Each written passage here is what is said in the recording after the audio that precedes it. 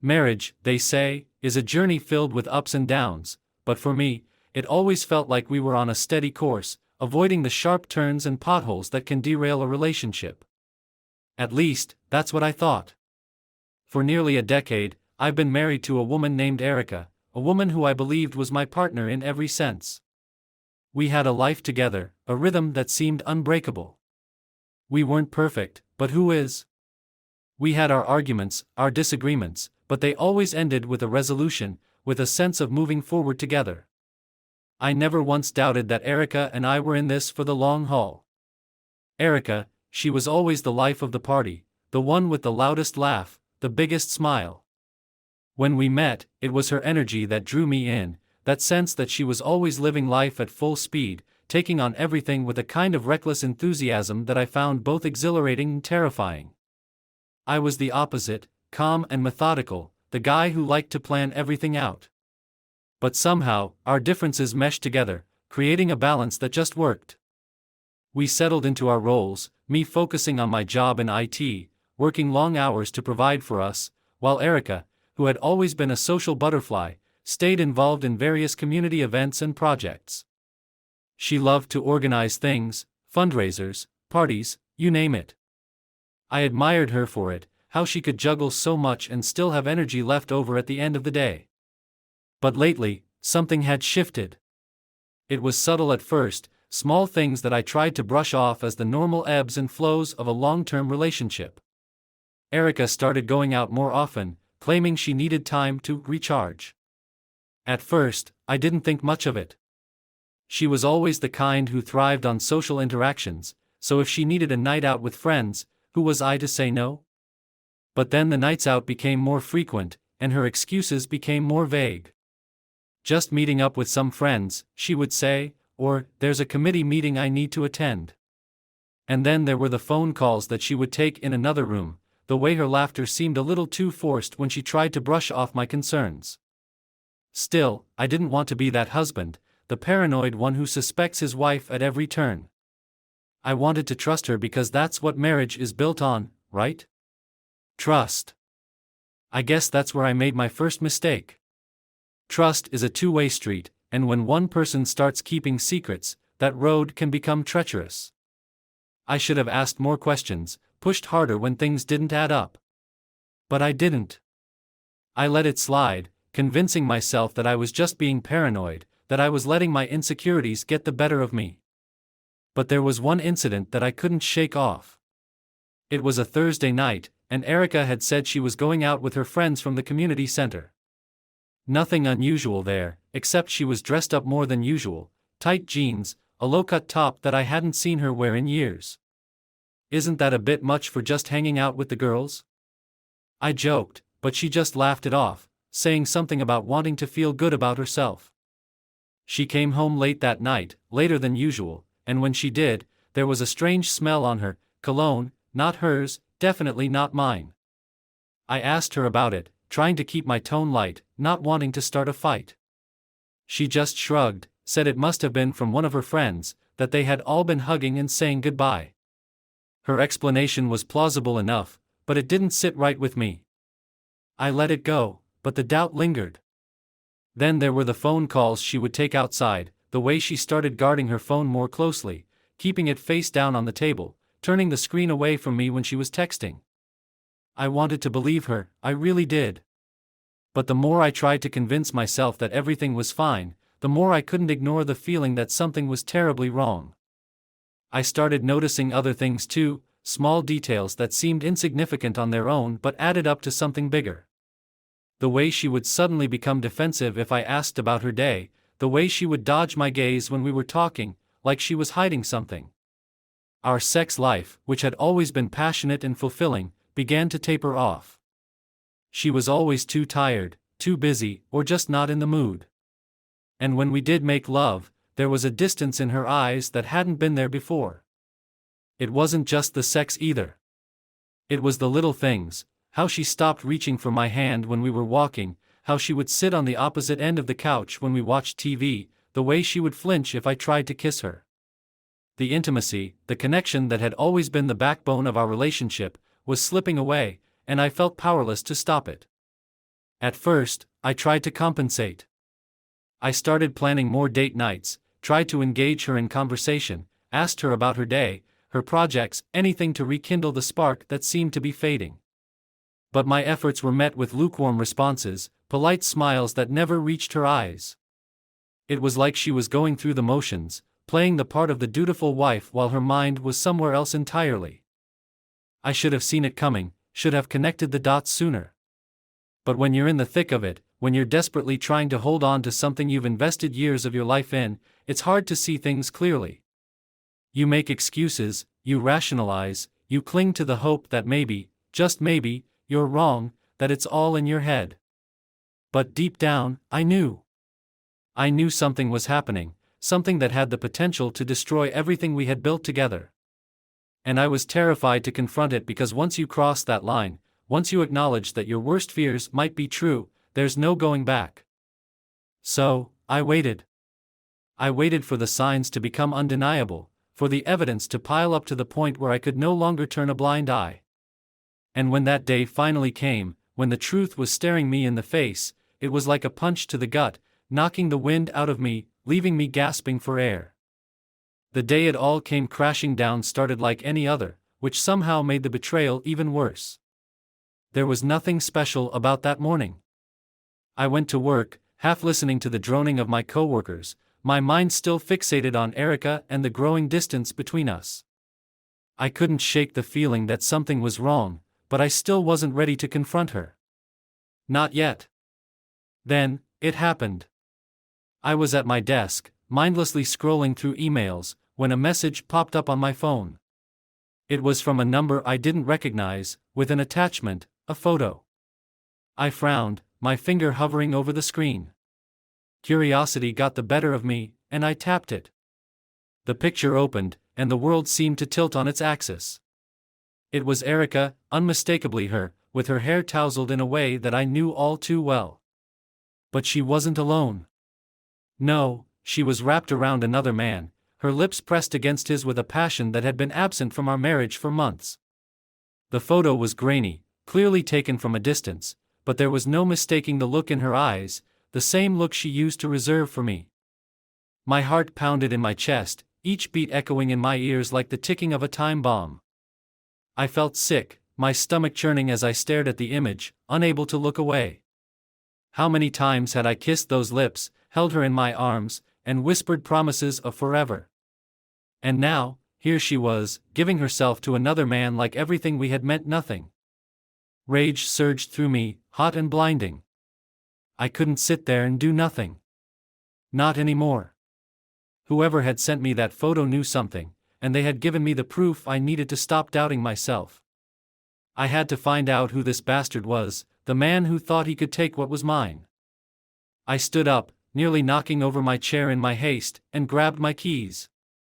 My hands were trembling, my vision blurred with anger. I didn't care who saw me storming out of the office, I just knew I needed to get to Erica, to confront her, and to make sure this man paid for what he had done. My mind raced as I drove home, scenarios playing out in my head like a bad movie. I imagined walking in on them, catching them in the act, seeing that look of surprise on her face as I demanded answers. But none of those thoughts compared to the real thing. Nothing could have prepared me for what I was about to see.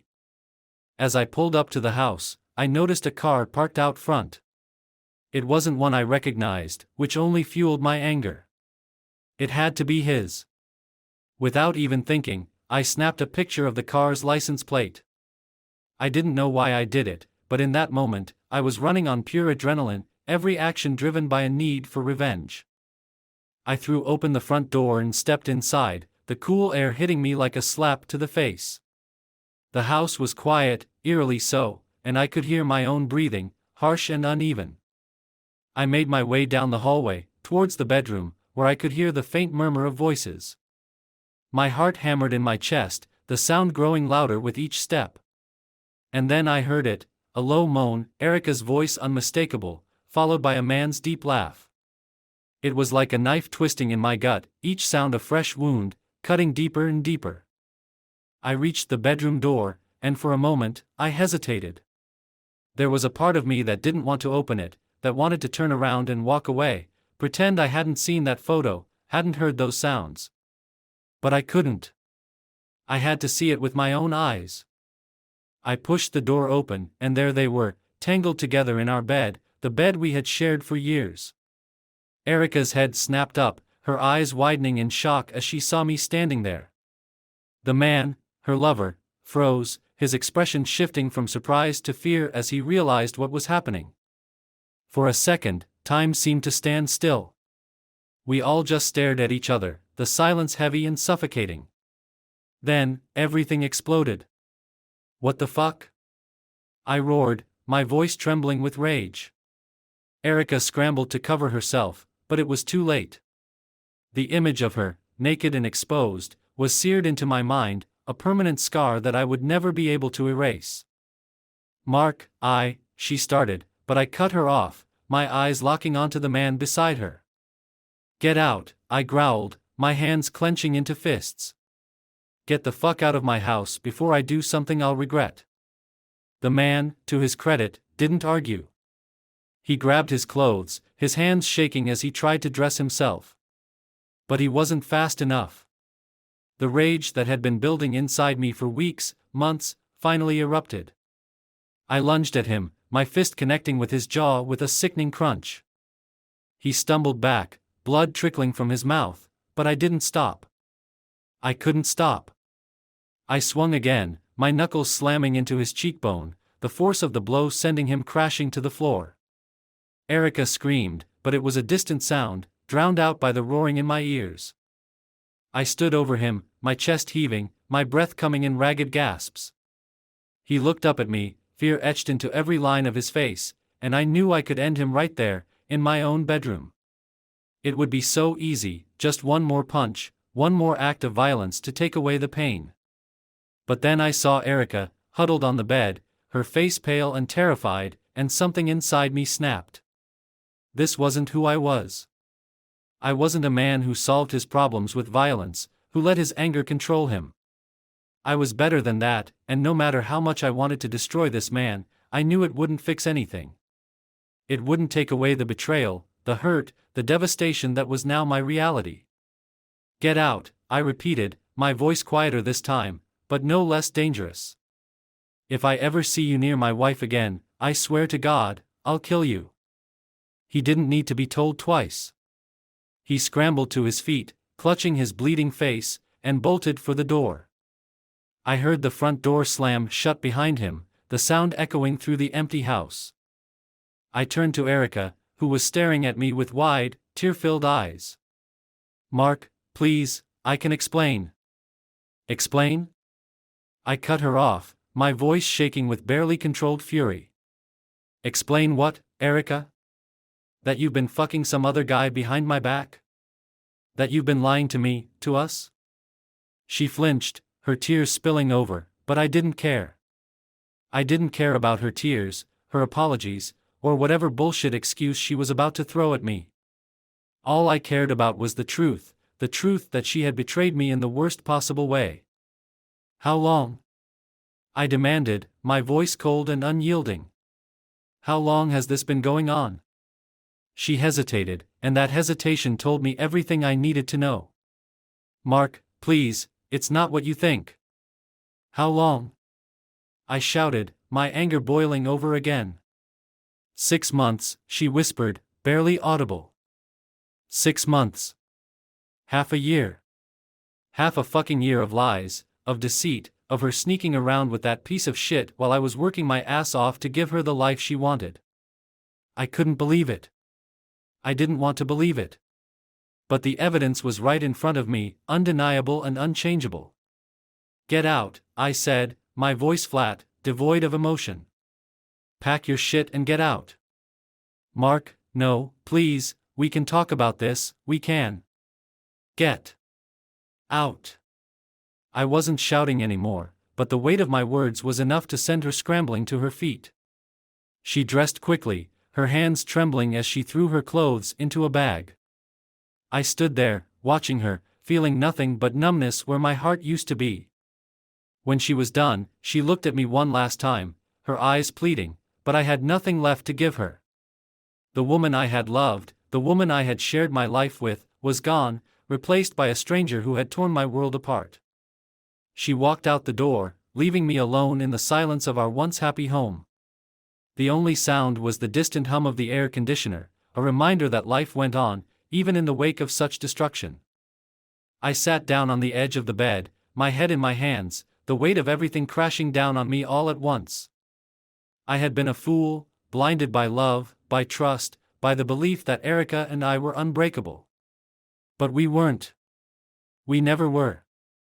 And now, I was left with nothing but the shattered pieces of a life that I had thought was real. A life that I would have to rebuild from the ground up, without her. The door slammed shut behind Erica, the sound echoing through the empty house like a gunshot. The silence that followed was deafening, broken only by the rhythmic thudding of my heart. I sat there on the edge of the bed, my hands still trembling from the adrenaline, my mind struggling to process what had just happened. The image of Erica wrapped around that bastard burned into my brain, a constant reminder of the betrayal that had gutted me. But I couldn't sit there forever. The anger that had fueled me earlier was still simmering beneath the surface, threatening to boil over. I needed answers. No, I deserved answers. The betrayal had ripped my life apart, and she owed me the truth, no matter how ugly or painful it might be. I stood up, my legs feeling like they were made of lead, and forced myself to move. I couldn't let her walk away from this without facing what she had done, without understanding the devastation she had caused. I marched out of the bedroom, through the hallway, and into the living room, where she was stuffing the last of her things into a duffel bag. Her back was turned to me, but I could see the tension in her shoulders, the way her hands shook as she zipped up the bag. "Erica," I said, my voice sharp, cutting through the silence like a knife. She froze, her back still to me, and for a moment, I thought she might just walk out without saying another word. But then she turned slowly, her eyes red and puffy from crying, her face etched with a mixture of guilt and fear. "Mark, I'm sorry," she began, but I cut her off, the words like acid on my tongue. "Sorry?" I spat, taking a step towards her. "Sorry doesn't even begin to cover it, Erica. Do you have any idea what you've done? What you've destroyed?" She flinched, her eyes welling up again, but I wasn't in the mood for her tears.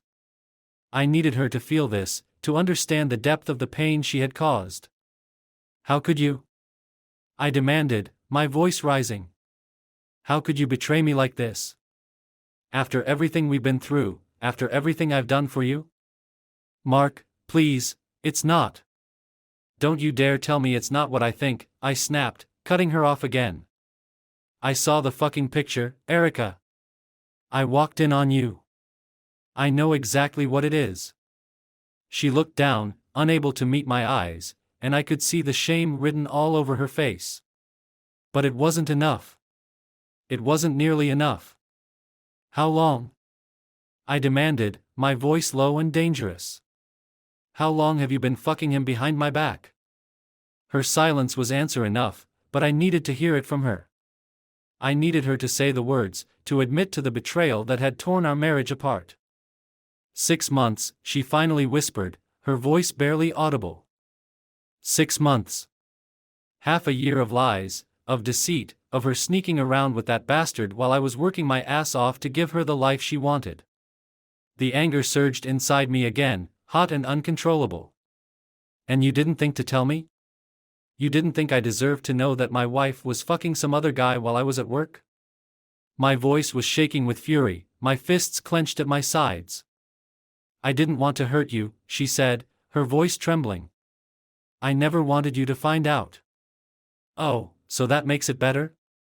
I shouted, my voice cracking. "That you were planning to keep this a secret? That you were going to keep lying to me, living in my house, pretending everything was fine while you fucked him behind my back?" She finally looked up at me, her eyes brimming with tears. "I didn't mean for it to happen, Mark. I swear, it just happened." "Bullshit!" I snapped, the word exploding from my mouth before I could stop it. "You don't just accidentally end up in bed with another man, Erica. You made a choice, a conscious choice, to betray me, to destroy everything we had. I know, she whispered, her voice breaking. I know I fucked up. I know I hurt you. But it wasn't about you, Mark. It was never about you. Then what the hell was it about? I demanded, my voice laced with bitterness. If it wasn't about me, then what the fuck was it about? She hesitated, her gaze dropping to the floor again, and I could see the struggle in her eyes, the war she was waging with herself. And then she said it, the words tumbling out of her mouth like broken glass. I was lonely, Mark, she whispered, her voice trembling. I felt invisible. Like I didn't matter anymore. You were always working, always focused on everything else, and I needed someone to see me, to make me feel wanted. Wanted? I echoed, the word twisting in my gut. You think I didn't want you? That I didn't love you? It's not that, she said quickly, shaking her head. I know you loved me, but I don't know, Mark. It's hard to explain. I felt like we were just going through the motions, like we were just existing. And then I met him, and he made me feel alive again. He made me feel like I mattered. And that's worth throwing away our marriage? Worth destroying everything we've built together? My voice was raw, each word laced with disbelief and hurt. She didn't answer, and in that silence, I felt something inside me break. This was the woman I had given my life to, the woman I had trusted more than anyone else, and she had thrown it all away for a cheap thrill, for the attention of some other man. What was he to you, Erica? I asked, my voice quieter now, almost pleading. Was he worth it? Was he worth all of this? She shook her head, tears streaming down her face. No, Mark, he wasn't. He meant nothing to me. I know that sounds ridiculous, but it's true. It was never about him. It was about escaping, I guess. Escaping the life we had, the life I felt trapped in. Trapped? The word hit me like a punch to the gut. You felt trapped with me? She nodded, and I could see the truth in her eyes. I know it's not fair, and I know it doesn't make sense, but that's how I felt. And I know I've ruined everything, and I hate myself for it. But I was so lost, Mark. And I didn't know how to find my way back. I stared at her, the woman I had loved for so many years, and for the first time, I saw her for what she really was, a stranger, someone I didn't recognize. The woman I thought I knew, the woman I had built my life around, was gone, replaced by someone who had betrayed me in the worst possible way. You should have come to me, Erica, I said, my voice choked with emotion. You should have told me how you were feeling, instead of running to someone else. We could have worked through this together. But now there's nothing left. She broke down then, sobs racking her body as she collapsed onto the couch, burying her face in her hands. I watched her, my own heart breaking, but I couldn't bring myself to comfort her. Not this time. This time, she was on her own. I'm sorry, she choked out between sobs. I'm so sorry, Mark. I turned away, unable to look at her any longer. Sorry doesn't fix this, Erica. Sorry doesn't take away the betrayal, the lies, the hurt. You've destroyed everything. She didn't respond, just kept crying, her shoulders shaking with the force of her sobs. And as I stood there, staring at the woman I had once loved more than anything, I realized that this was it. This was the end of our marriage, the end of everything we had built together. I couldn't stay in that room any longer, couldn't stand to hear her cries, her pleas for forgiveness. So, I did the only thing I could. I turned and walked out, leaving her alone with her guilt, her shame, and the shattered pieces of our life together. I didn't know where I was going, or what I was going to do next, but I knew one thing for certain, I couldn't stay in that house, in that marriage, any longer. Everything we had was broken, irreparably damaged by her betrayal, and there was no coming back from that. The days that followed were a blur, filled with a haze of anger, bitterness, and a deep, gnawing emptiness. I stayed in a motel on the outskirts of town, a dingy place with peeling wallpaper and a bed that creaked with every movement. It wasn't much, but it was better than staying in that house, surrounded by the memories of a life that was now shattered beyond repair. I barely slept, the rage simmering beneath the surface, keeping me on edge, while the betrayal replayed in my mind like a broken record. All I could think about was Erica, her lies, her deceit, and the way she had thrown our life away like it was nothing. But as the anger burned hotter, something else began to take root, a desire for revenge. She had taken everything from me, and I wanted her to feel the same pain, the same helplessness that had been eating away at me since the moment I discovered her betrayal. I couldn't just let her walk away from this, couldn't let her believe that she could destroy me without consequences. No, she needed to suffer, to pay for what she had done. The thought of her living her life as if nothing had happened, as if she could just move on after wrecking our marriage, was unbearable. I wanted her to know that her actions had consequences, that she couldn't simply throw me away like yesterday's trash. The more I thought about it, the more the plan began to take shape in my mind. It started as a vague idea, a way to hurt her the way she had hurt me, but it quickly evolved into something more, something darker. I wasn't just going to hurt her, I was going to destroy her, to take away everything she held dear, just as she had done to me. The first step was the house. It was in both our names, but I knew Erica had always loved that place more than anything. She had spent years decorating it, turning it into her little sanctuary, a place where she could retreat from the world. And now, that sanctuary would become her prison. I contacted a lawyer, one who was known for being ruthless in divorce cases, and I laid out my plan. I want the house, I said, my voice cold and determined. I don't care what it takes, I want her out. The lawyer nodded, a gleam in his eye as he realized I was serious. We can make that happen, he said, a slow smile spreading across his face. She committed adultery, which gives us a strong case for you retaining the property. If you're willing to fight for it, I can almost guarantee you'll get it. I'm willing, I replied, my jaw set. I was beyond caring about the cost, both financially and emotionally. I wanted her to feel the sting of losing the one place where she thought she was safe, the one place where she believed she could rebuild her life after I was gone. The process was brutal, as I knew it would be. Erica fought back, of course, but she was no match for my lawyer, who tore through her defenses with a precision that was almost surgical. He exposed her lies, her infidelity, laid everything bare in front of the court. Every text, every email, every piece of evidence was used against her, painting a picture of a woman who had betrayed her husband and was now paying the price. She tried to plead her case, tried to argue that the house was hers too, that she had put just as much work into it as I had. But it was no use.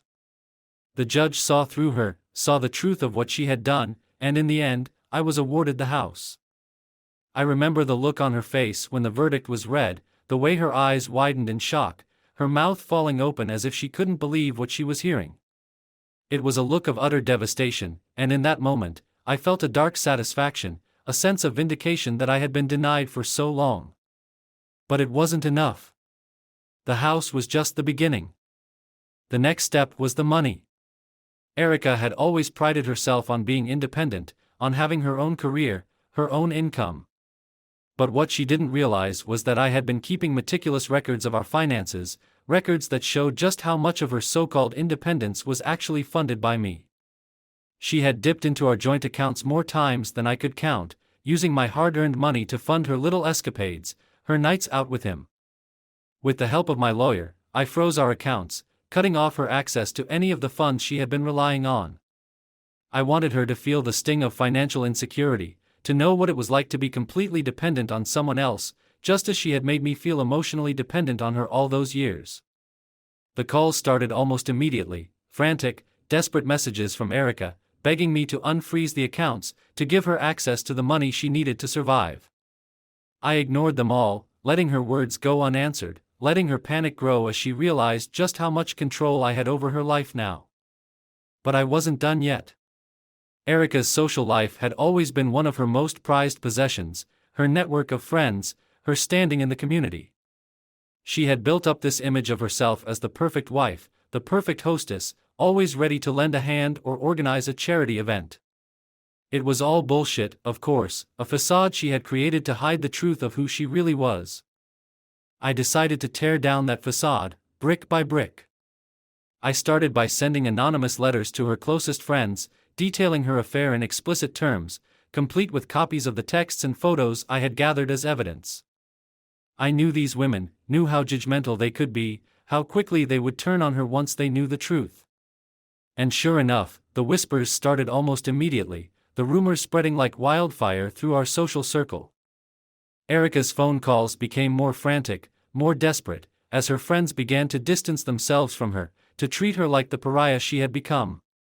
She was losing everything, her home, her money, her friends, and there was nothing she could do to stop it. Every message she left for me, every tearful voicemail, only fueled my resolve. I wanted her to suffer, to feel the pain and humiliation that I had felt, to know that she couldn't just walk away from this unscathed. The final blow came when I confronted her one last time, in the house that was now legally mine. I had been staying there on and off, moving my things back in piece by piece, while Erica had been staying with her parents, licking her wounds. I knew she would have to come back eventually, to gather the last of her belongings, and I wanted to be there when she did. It was a cold, gray afternoon when she showed up, her eyes red and puffy, her hair disheveled. She looked like a shadow of the woman she had once been, and for a moment, I almost felt pity for her. But then I remembered what she had done, and the pity vanished, replaced by the cold, hard resolve that had driven me this far. "What are you doing here, Mark?" she asked, her voice hoarse, as if she had been crying for hours. "I live here," I replied, my tone flat. "This is my house now. Remember?" She flinched, the words hitting her like a slap. I just came to get the rest of my things." "Go ahead," I said, stepping aside to let her pass. "Take whatever you want. Just remember, this is the last time you'll ever set foot in this house." She nodded, her eyes downcast, and I watched as she moved through the house, gathering up the last remnants of her life. It was a pathetic sight, really, watching her pick through the wreckage of what we had once shared, knowing that she had brought it all on herself. When she was done, she stood in the doorway, her bags at her feet, and looked at me one last time. "Mark, I'm sorry. For everything." I stared at her, feeling nothing but a hollow emptiness where my heart used to be. "You're not sorry, Erica. You're just sorry you got caught." She opened her mouth to say something, but I didn't give her the chance. I slammed the door in her face, the sound of it echoing through the empty house. It was done. She was gone, out of my life for good, and I had taken everything from her, her home, her money, her reputation. It should have felt like a victory, and in a way, it did. But as I stood there in the silence of the house, the reality of what I had done began to sink in. I had destroyed her, just as she had destroyed me, and now all that was left was the cold, empty shell of a life that had once been full of love and promise. But I wasn't finished yet. There was still one more person who needed to pay. The man who had thought he could take what was mine without consequence. And I had a plan for him too. The thought of Erica's lover gnawed at me, refusing to let go. He had been the catalyst, the one who had slithered into my life and poisoned it from the inside out. While I had exacted my revenge on Erica, there was still unfinished business. This man, this stranger who thought he could take what was mine without consequence, needed to be dealt with. It wasn't enough to just let him slip away into the shadows, thinking he had gotten away with it. He needed to pay, just as she had. Finding him wasn't difficult. I had already gathered enough information to know who he was, where he worked, and even where he lived. His name was Alex, a bland, forgettable name for a man who had wreaked havoc on my life. He worked as a middle manager at some insurance firm, just another office drone punching the clock, living a life of mediocrity.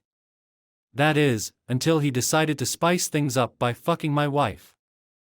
I spent days thinking about how I would approach him, what I would say, how I would make him suffer. The fantasies that played out in my head were violent, raw, but I knew I had to be smarter than that. I couldn't just beat him senseless and expect to walk away unscathed. I needed a plan, something that would not only hurt him physically but also dismantle his life the way he had dismantled mine. I started by digging into his background, leveraging every tool at my disposal.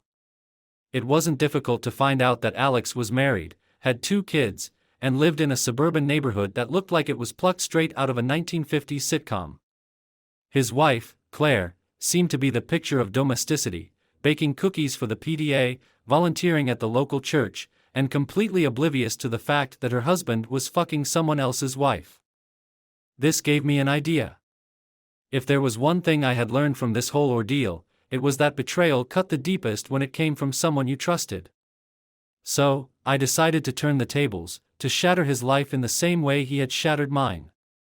But first, I needed to get close to him, to understand what made him tick, to find the cracks in his perfect little life. I started by showing up at his work. It wasn't hard to blend in, to pose as a client or someone looking for an insurance quote. I watched him from a distance, noting his routines, the way he interacted with his colleagues. He was smooth, I'll give him that. He had that easy charm, the kind that made people gravitate towards him, the kind that had likely drawn Erica into his orbit in the first place. But beneath that charm, I could see the arrogance, the entitlement, the belief that he was untouchable. I waited until he left the office one evening, watching as he walked to his car, a sleek black sedan that screamed midlife crisis. I followed him, keeping a safe distance, my hands gripping the steering wheel so tightly that my knuckles turned white. He drove to a bar, one of those upscale places that tried too hard to be trendy. I parked a few blocks away and watched as he sauntered inside, like he owned the place. I waited about 15 minutes before going in after him. The bar was dimly lit, full of suits unwinding after a long day of pretending to be important. I spotted him almost immediately, sitting at the bar with a drink in his hand, chatting up the bartender, a pretty blonde who looked far too young for him. The sight of him, so casual, so at ease, made my blood boil. How dare he sit there, enjoying his drink, as if he hadn't destroyed my life? But I kept my cool. I had to. This was just the first step in what I had planned. I took a seat a few stools down from him, ordered a drink, and waited. He didn't notice me at first, too engrossed in his conversation with the bartender, but eventually, our eyes met. I saw a flicker of recognition, but it passed quickly. To him, I was just another guy at the bar, nothing more. Long day? I asked, giving him a polite nod. He shrugged, taking a sip of his drink. Aren't they all? I forced a chuckle, as if I was just another guy commiserating over the daily grind. Yeah, no kidding. Work can be a real bitch sometimes. He smiled, and I could see the gears turning in his head, sizing me up, deciding whether I was worth his time. What do you do? I replied smoothly. You? Insurance, he said, a hint of pride in his voice. Been in the game for over a decade now. Impressive, I said, taking a sip of my drink. Must be a good gig. Keeps you busy, I bet. He nodded, clearly enjoying the attention. Yeah, it does. But you've got to make time for the things that matter. Can't let work consume you. I resisted the urge to laugh at the irony of his words. Absolutely. Life's too short to spend it all behind a desk. We made small talk for a while, and I could see him starting to relax, his guard coming down. He didn't know who I was, didn't know that I was the man whose life he had ruined, and that made it all the more satisfying. I let him talk, let him brag about his job, his car, his lifestyle. It was clear he thought he had it all figured out, that he was on top of the world. And that's exactly where I wanted him, complacent, unaware of the storm that was about to hit him. After a while, he excused himself to the restroom, and that's when I made my move. I reached into my pocket and pulled out a small, discreet camera, the kind you can clip onto anything without anyone noticing. I quickly attached it to the bottom of his chair, making sure it was positioned to capture everything that happened at the bar. Then I returned to my seat, my heart pounding in my chest as I waited for him to return. When he came back, he seemed none the wiser, settling back into his seat and picking up the conversation as if nothing had happened. We talked for a bit longer, until he finally finished his drink and decided to call it a night. He paid his tab, gave me a nod, and walked out of the bar, completely oblivious to the fact that his night was far from over. I followed him at a distance, keeping an eye on the camera feed through my phone. I watched as he got into his car, checked his phone, and then drove off. I trailed him for a while, making sure he was headed home, before pulling over to the side of the road and stopping. It was time for the next phase of my plan. I used the camera feed to track his movements, watching as he drove home, parked his car, and went inside. I saw him greet his wife, saw his kids run up to him, their faces lighting up as they hugged him. It made me sick, knowing that this man was living a double life, pretending to be the perfect husband and father while he was out destroying other people's marriages. But that was all about to change. I waited until he went to bed, until the lights in the house went out, and then I made my move. I parked a few houses down from his, far enough away that I wouldn't draw attention, but close enough to keep an eye on things. I got out of the car, my heart pounding with anticipation, and made my way to his house. I didn't need to break in. That would have been too risky, too messy. Instead, I had another plan, one that would leave him completely exposed. I made my way to his backyard, where I knew there was a window that led to the basement. It was one of those small, ground-level windows, the kind that most people forget even exists. But I hadn't forgotten. I had been watching his house for days, learning its layout, its vulnerabilities. And this window was my way in. I crouched down, careful not to make any noise, and slipped a small envelope through the crack in the window. Inside the envelope was a USB drive, containing all the evidence I had gathered, photos, texts, everything. I had made sure to include enough information to leave no doubt about his infidelity, about the life he had been living behind his wife's back. I quickly made my way back to my car, my heart racing as I imagined what would happen when his wife found the envelope. She would open it, thinking it was just another piece of junk mail, only to discover the truth about the man she had married. I pictured her face as she realized that her husband had been cheating on her, that he had been betraying her with my wife. The thought of her horror, her anger, her heartbreak, filled me with a dark satisfaction. But I wasn't done yet. This was just the beginning. The next morning, I waited until I knew Alex would be at work, until I was certain his wife would be home alone. Then I made the call. "Hello?" Her voice was soft, hesitant, as if she wasn't used to getting calls from unknown numbers. "Is this Claire?" I asked, keeping my voice calm, measured. "Yes, who is this?" she replied, a note of suspicion creeping into her tone. "I'm someone you don't know," I said, choosing my words carefully. "But I'm calling because there's something you need to know about your husband, Alex." There was a long pause, and I could almost hear her mind racing, trying to make sense of what I was saying. "What do you mean?" "I left something for you," I continued, ignoring her question. "It's in the basement, by the window. You need to see it." "Who are you? What is this about?" Her voice was rising now, panic starting to set in.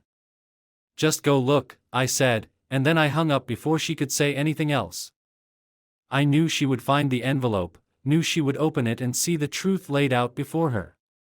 And when she did, Alex's life would come crashing down, just as mine had. He would lose everything, his wife, his kids, his home, and there would be no one to blame but himself. I waited, my breath coming in shallow, rapid bursts as I imagined the scene playing out in his house. I could almost see it, Claire's face as she realized what had been going on, her tears, her anger, her disbelief. I pictured her confronting Alex, throwing the evidence in his face, demanding answers, screaming at him as he tried to lie his way out of it. But there would be no escape for him, no way to deny the truth. He would lose everything, just as I had. And in that loss, in that destruction, I found a grim sense of justice. A few hours later, I received an email. It was from Alex's work account, one I had hacked into using my IT skills. The email was a desperate, frantic plea for help. He was begging someone, anyone, to help him fix the mess he was in. He didn't mention specifics, but I knew exactly what had happened. Claire had found the envelope. She had seen the evidence. And now, his perfect little life was crumbling around him. I deleted the email, a small smile tugging at the corners of my mouth. He was panicking, flailing, trying to grasp at any lifeline he could find. But there would be none. I had made sure of that. I went back to the bar that night, the same one where I had first met Alex. I sat in the same stool, ordered the same drink, and watched the door, half expecting him to walk in, desperate and broken. But he didn't show.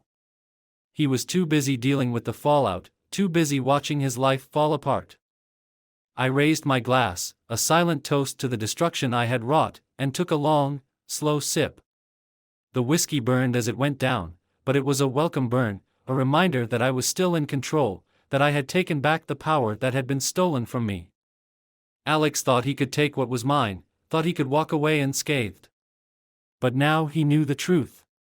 He knew that no one could destroy my life without facing the consequences. I had made sure of that. After I had exacted my revenge on Alex, a strange emptiness began to settle in. The satisfaction I had felt, the dark pleasure of seeing him lose everything, started to fade, leaving behind a hollow ache. I had taken back control, yes, but at what cost? The destruction I had wrought on both Erica and Alex had consumed me, and now, in the quiet aftermath, I was left with nothing but the ruins of my own life. I knew I couldn't keep living like this, drifting from one act of vengeance to the next. There had to be an end to it, a point where I could stop and rebuild, where I could finally let go of the rage that had been driving me. And to do that, I needed closure. I needed one final conversation with Erica. I had been avoiding her, refusing to answer her calls or respond to her messages. The thought of speaking to her again, of hearing her voice, had been unbearable. But now, as I sat alone in the house that had once been our home, I realized that I couldn't move forward without facing her one last time. So I called her, my heart pounding in my chest as I listened to the phone ring. It felt like an eternity before she finally picked up, her voice hesitant, unsure. "Mark," she said, and I could hear the fear in her voice, the uncertainty. "Why are you calling?" "We need to talk," I replied, keeping my tone as steady as I could. "In person. Can you come by the house?" There was a long pause on the other end of the line, and I could almost hear the gears turning in her head, the doubt and hesitation. Finally, she agreed, her voice barely above a whisper. "I'll be there in an hour." I hung up without saying anything else, my hands shaking as I set the phone down. The thought of seeing her again, of confronting her face to face, filled me with a mix of dread and anticipation. But it had to be done. I needed to put an end to this, once and for all. The hour passed slowly, each minute dragging by as I paced the living room, my mind racing with 1,000 different thoughts. What would I say? How would she react? Could I even look her in the eyes after everything that had happened? Finally, I heard the sound of a car pulling up in the driveway, followed by the soft crunch of footsteps on the gravel. My heart skipped a beat as I walked to the door, my breath catching in my throat as I reached for the handle. I opened the door, and there she was. Erica. The woman who had once been my everything, who had shared my life, my bed, my dreams. She looked different now, thinner, paler, as if the weight of what she had done had taken a toll on her. Her eyes were red, swollen from crying, and her hands trembled as she clutched her purse tightly to her side. "Mark," she said, her voice trembling as she looked up at me, her eyes filled with a mixture of fear and hope. "Thank you for agreeing to talk. I've been wanting to talk to you for so long." I stepped aside, motioning for her to come in. She hesitated for a moment, then walked past me into the house, her movements tentative, as if she was stepping into a place she no longer belonged. We stood there in the living room, an awkward silence hanging between us. Neither of us knew how to begin, how to bridge the gap that had opened up between us. Finally, I broke the silence. "Why, Erica?" I asked, my voice soft, but filled with the weight of all the pain and confusion I had been carrying. "Why did you do it?" She flinched, as if my words had struck her, and for a moment, I thought she might not answer. But then she looked up at me, her eyes filled with tears, and began to speak. "I don't know, Mark," she whispered, her voice breaking. "I wish I could give you a simple answer, but I can't. I was lost. I was so lost, and I didn't know how to find my way back." "Lost?" I echoed, the word feeling foreign in my mouth. "Lost from what? From me? From us?" She nodded, her tears spilling over, running down her cheeks in silent rivers. "Yes," she admitted, her voice shaking. "I felt like I wasn't a part of your life anymore. Like I was just there, existing beside you, but not with you. And when I met him, when I started seeing him, it made me feel alive again. It made me feel like I mattered." Her words hit me like a punch to the gut, the pain and confusion swirling inside me like a storm. "But I loved you, Erica," I said, my voice cracking. "I loved you. How could that not be enough?" She shook her head, her eyes filled with regret. "It wasn't about love, Mark. It was about needing something more, something I didn't even know how to ask for. And I know that doesn't make it right, but that's the truth." I stared at her, trying to make sense of what she was saying, trying to understand how the woman I had loved so deeply could have done something so destructive, so unforgivable. "Do you still love him?" I asked, the question hanging in the air between us like a ticking time bomb. She shook her head, her tears falling faster now. "No," she whispered. "I never loved him, Mark. It was never about him. It was about me, about trying to fill this void inside me that I didn't know how to deal with." I let out a bitter laugh, the sound harsh in the quiet room. "And now? What happens now, Erica? We're divorced. I have the house, you've lost everything. Was it worth it?" She looked down, her shoulders slumping as if the weight of her guilt was too much to bear. "No," she said, her voice barely audible. "It wasn't worth it. I've lost everything, Mark. I've lost you, I've lost our life together, and for what? A few moments of escape? A few moments where I didn't feel so empty?" I felt a surge of anger, of frustration, but it was quickly followed by a wave of exhaustion. I was tired of the pain, tired of the bitterness, tired of the endless cycle of blame and regret. I couldn't keep holding on to this anger, this need for revenge. It was eating me alive, and I knew that if I didn't let go, it would destroy whatever was left of me. "So what do you want, Erica?" I asked, my voice quieter now, softer. "Why are you really here?" She hesitated, her gaze shifting away from mine, as if she was afraid of what she was about to say. I want to try and make things right," she said finally, her voice trembling. "I know I can't undo what I did, but I want to at least try to make amends. To show you that I'm sorry, that I'm willing to do whatever it takes to make it up to you." I stared at her, the words hanging between us, heavy with the weight of all that had happened. There was a time when I would have jumped at the chance, when I would have done anything to repair the damage, to get back the life we had.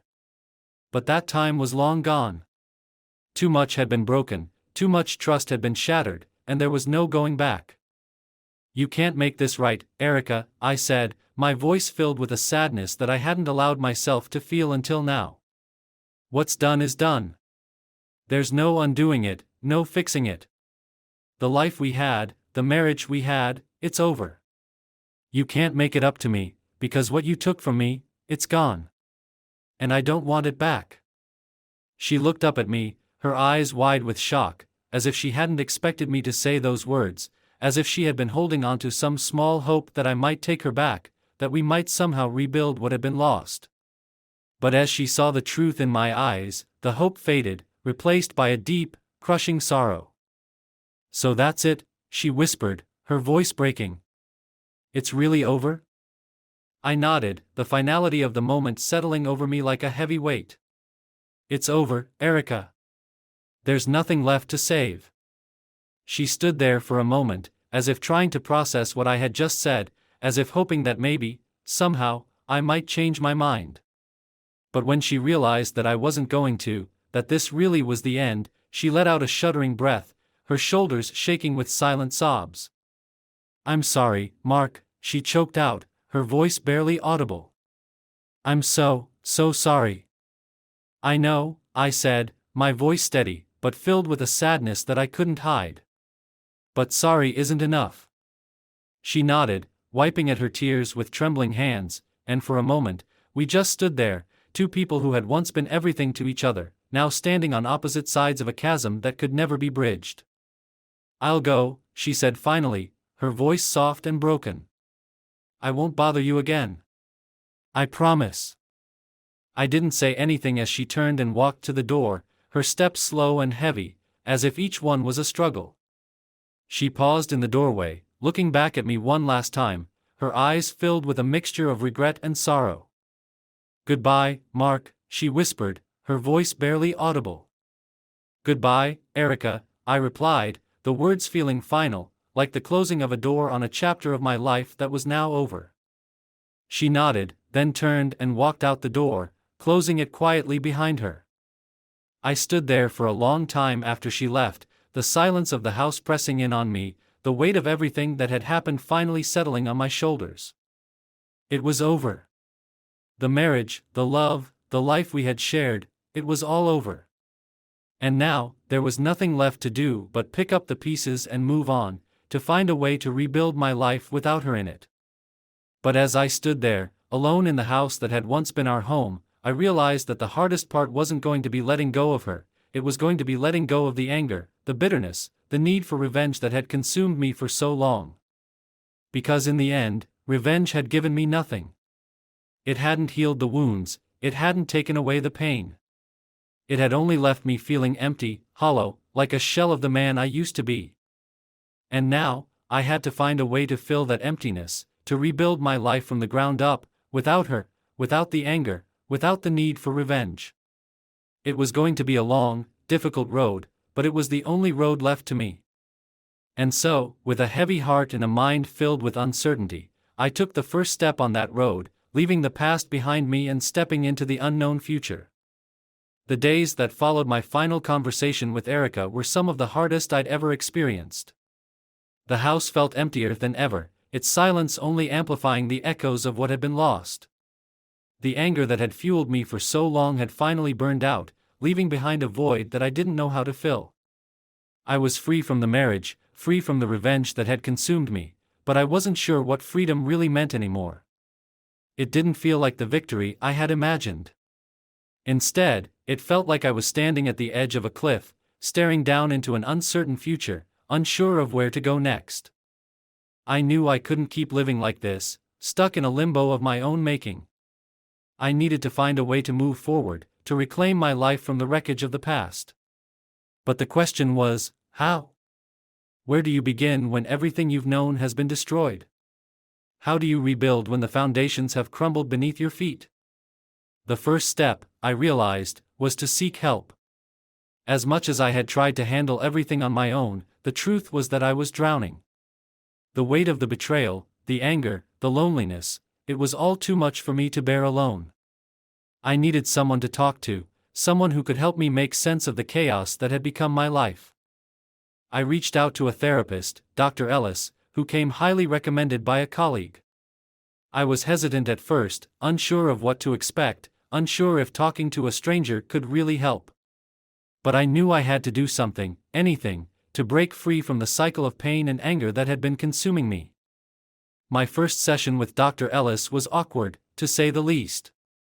I wasn't used to talking about my feelings, especially not with someone I barely knew. But he was patient, calm, and most importantly, he listened. He didn't judge, didn't offer empty platitudes.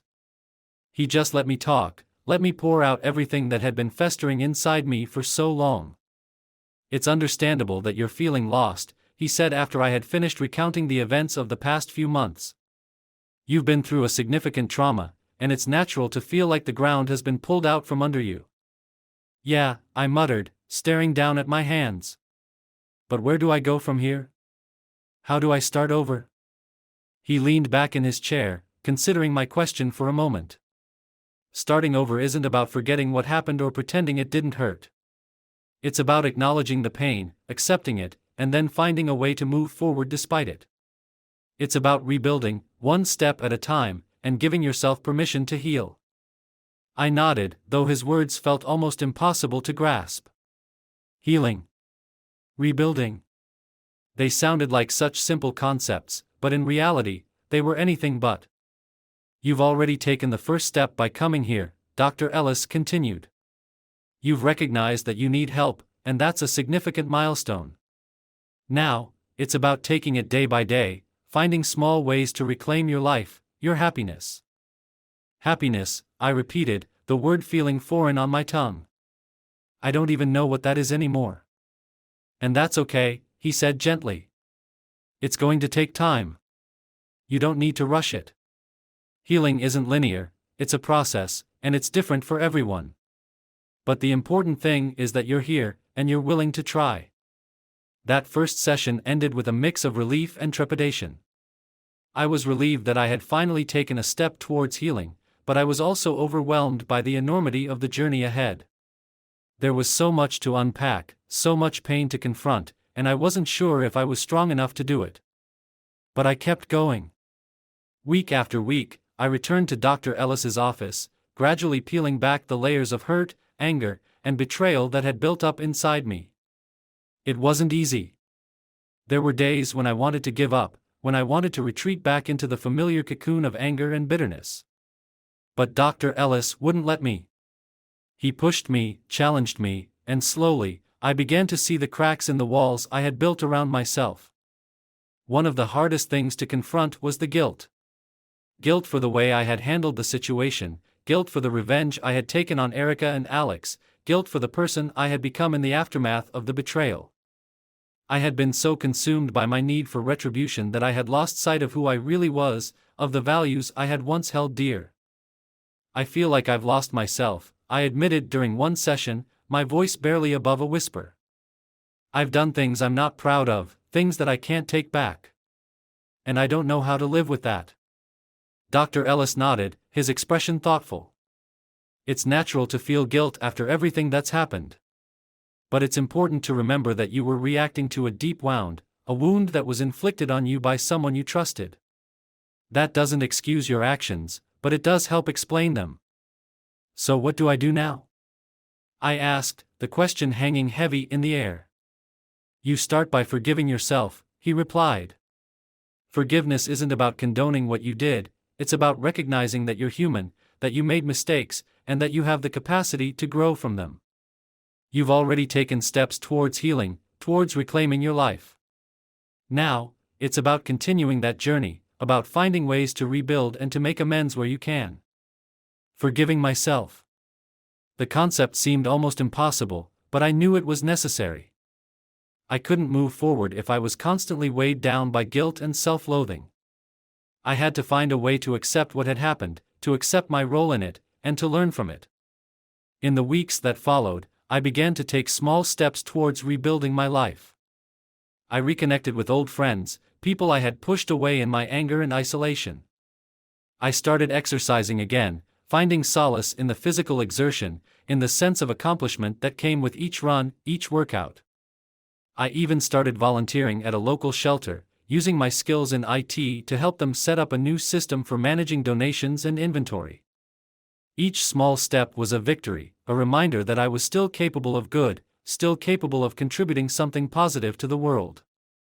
It wasn't about erasing the past, it was about creating a new future, one that was defined not by the pain I had endured, but by the strength I had found in overcoming it. But there was one more thing I needed to do, one more step I had to take before I could truly begin to heal.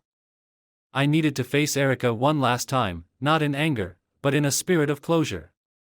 I needed to let go of the resentment, the bitterness, and find a way to forgive, not for her sake, but for mine. I reached out to her, asking if we could meet, and to my surprise, she agreed. We met at a small coffee shop, one that we had frequented in the early days of our marriage, before everything had gone wrong. It was a strange feeling, sitting across from her again, the weight of all that had happened hanging between us like a heavy fog. I'm surprised you wanted to see me, she said quietly, her hands wrapped around a mug of coffee. "After everything. I didn't think you'd want anything to do with me." "I didn't," I admitted, my voice steady. "But I've been doing a lot of thinking, a lot of healing. And I realized that I can't move forward if I'm still holding on to all this anger. I need closure, Erica. I need to let go of the past." She nodded, her eyes downcast. "I understand. And I want you to know that I'm sorry, Mark. Truly. I know that doesn't change anything, but I am sorry for what I did, for how I hurt you."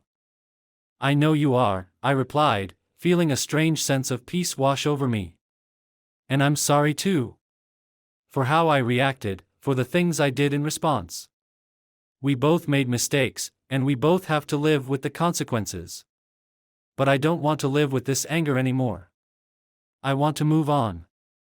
She looked up at me, her eyes filled with a mixture of sadness and relief. "I do too. I've been trying to figure out how to move forward, how to rebuild my life. It hasn't been easy." "It never is," I said, a small smile tugging at the corners of my mouth. "But I think we'll both get there, eventually." We sat in silence for a moment, the weight of the past slowly lifting, replaced by a sense of closure, of resolution. This was it, the end of a chapter, the final page in a story that had been filled with pain and betrayal. But it was also the beginning of something new, something uncertain, but filled with the potential for healing and growth. As we stood to leave, I felt a sense of peace that I hadn't felt in months, maybe even years. The anger, the bitterness, the need for revenge, it was all gone, replaced by a quiet resolve to move forward, to rebuild my life on my terms.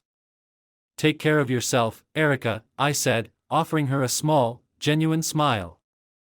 "You too, Mark," she replied, her voice soft, but filled with sincerity.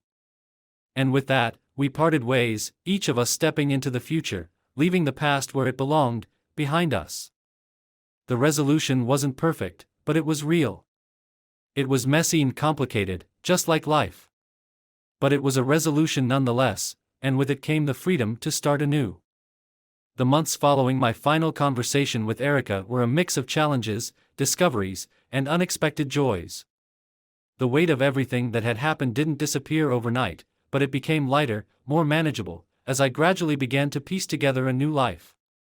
The process of rebuilding wasn't just about moving on from Erica, it was about rediscovering who I was, who I wanted to be, and what I wanted from life. One of the first things I did was sell the house.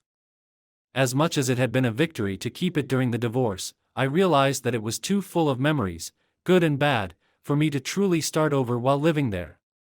Every room held echoes of the life I once had, and I needed a fresh start, a clean slate. So, I put the house on the market, and within a few weeks, it was sold. I didn't feel any sadness or regret when I handed over the keys to the new owners. Instead, I felt a sense of relief, as if a chapter of my life had finally closed for good. With the money from the sale, I bought a small condo in a part of town I had always liked but never seriously considered living in. It was different from what I was used to, smaller, more modern, but that was exactly what I needed. The space felt like mine, untainted by the past, and I took my time furnishing it, choosing every piece with care. It was a reflection of who I was becoming, a man who had been through hell but had come out the other side stronger, more aware of what really mattered. My job, which had once felt like a lifeline, now felt like just another part of my life, not the defining part. I began to take more time for myself, setting boundaries that I had never set before. I no longer felt the need to bury myself in work to escape from the pain. Instead, I started exploring old hobbies, picking up new ones, and finding joy in the simple things I had long neglected. I reconnected with old friends, people I had drifted away from during the marriage, and I made new ones too. It wasn't easy at first, after everything that had happened, trusting others felt like walking on thin ice. But slowly, I began to open up, to let people in again. I realized that the world hadn't ended just because my marriage had. There were still good people out there, still good times to be had. One of the most unexpected joys came from reconnecting with my family. My parents had always been supportive, but during the worst of the marriage and the divorce, I had pushed them away, not wanting to burden them with my problems. Now, I found myself calling them more often, visiting them on weekends, rediscovering the comfort that came from being with people who truly loved and cared about me. "Mark, it's so good to see you smiling again," my mother said one Sunday afternoon, as we sat on the porch of their house, sipping lemonade. "I was so worried about you for a while there." "I was worried about me too," I admitted, smiling back at her. "But I'm getting there. One step at a time." She reached over and squeezed my hand, her eyes shining with pride. "And that's all that matters. Just keep moving forward, sweetheart. You've been through so much, but you've come out stronger. We're all so proud of you." Her words stayed with me long after that visit, a reminder that I wasn't alone, that I had people in my life who believed in me, who were rooting for me. It was a powerful feeling, one that helped me keep going, even on the days when the weight of everything still felt too heavy to bear. It wasn't long before I met someone new. Her name was Rachel, and we met in the most unexpected of ways, at a community event where I was volunteering. She was warm, kind, and had a laugh that was infectious. We started off as friends, bonding over shared interests and similar senses of humor. There was no rush, no pressure. We both had our pasts, our baggage, but we took our time getting to know each other, building something real, something honest. The first time I told Rachel about Erica and everything that had happened, I was nervous. I didn't want my past to define me, but I also didn't want to hide it from her. She listened quietly, her expression soft with understanding, and when I finished, she simply reached out and took my hand. "I'm sorry you went through all that, Mark," she said gently. "But I'm glad you told me.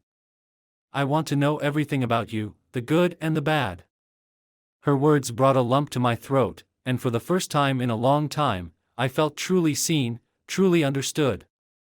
Rachel didn't judge me for the mistakes I had made, for the anger I had felt. She accepted me for who I was, scars and all, and that acceptance was the most healing thing I had experienced in a long time.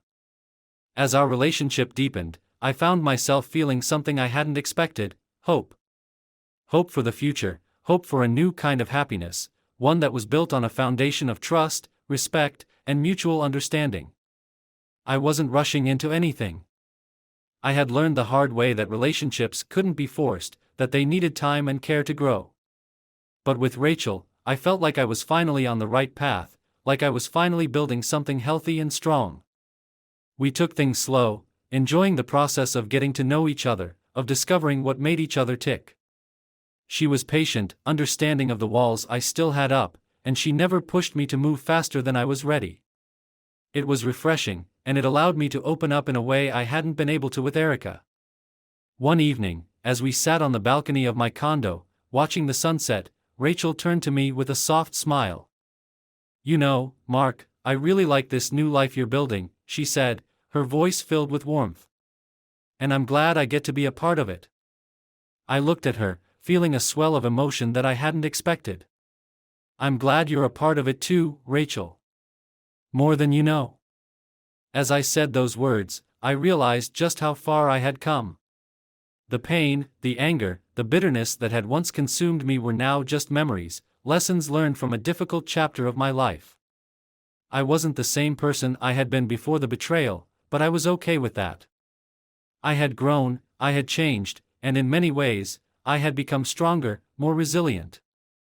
My relationship with Rachel continued to flourish, and as the months passed, we started talking about the future, not in a rushed, desperate way, but with a sense of excitement and possibility. We were both cautious, both aware of the scars we carried, but we were also open to the idea of building a life together, of seeing where this new chapter might take us.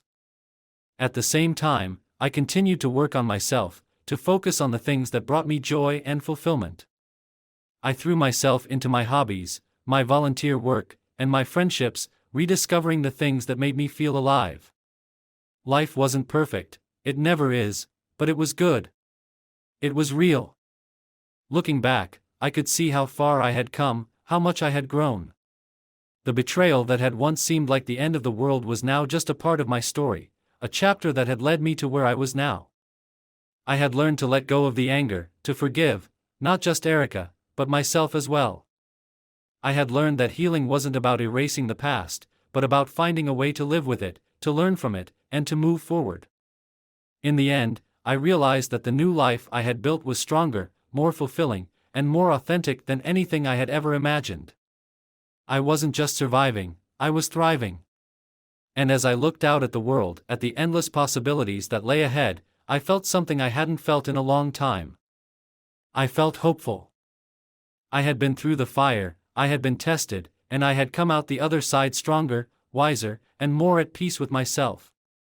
My journey wasn't over, but I knew that whatever came next, I was ready for it. Because I had learned that no matter how dark things might get, there was always a way forward, always a chance for a new beginning. And that, I realized, was the greatest victory of all.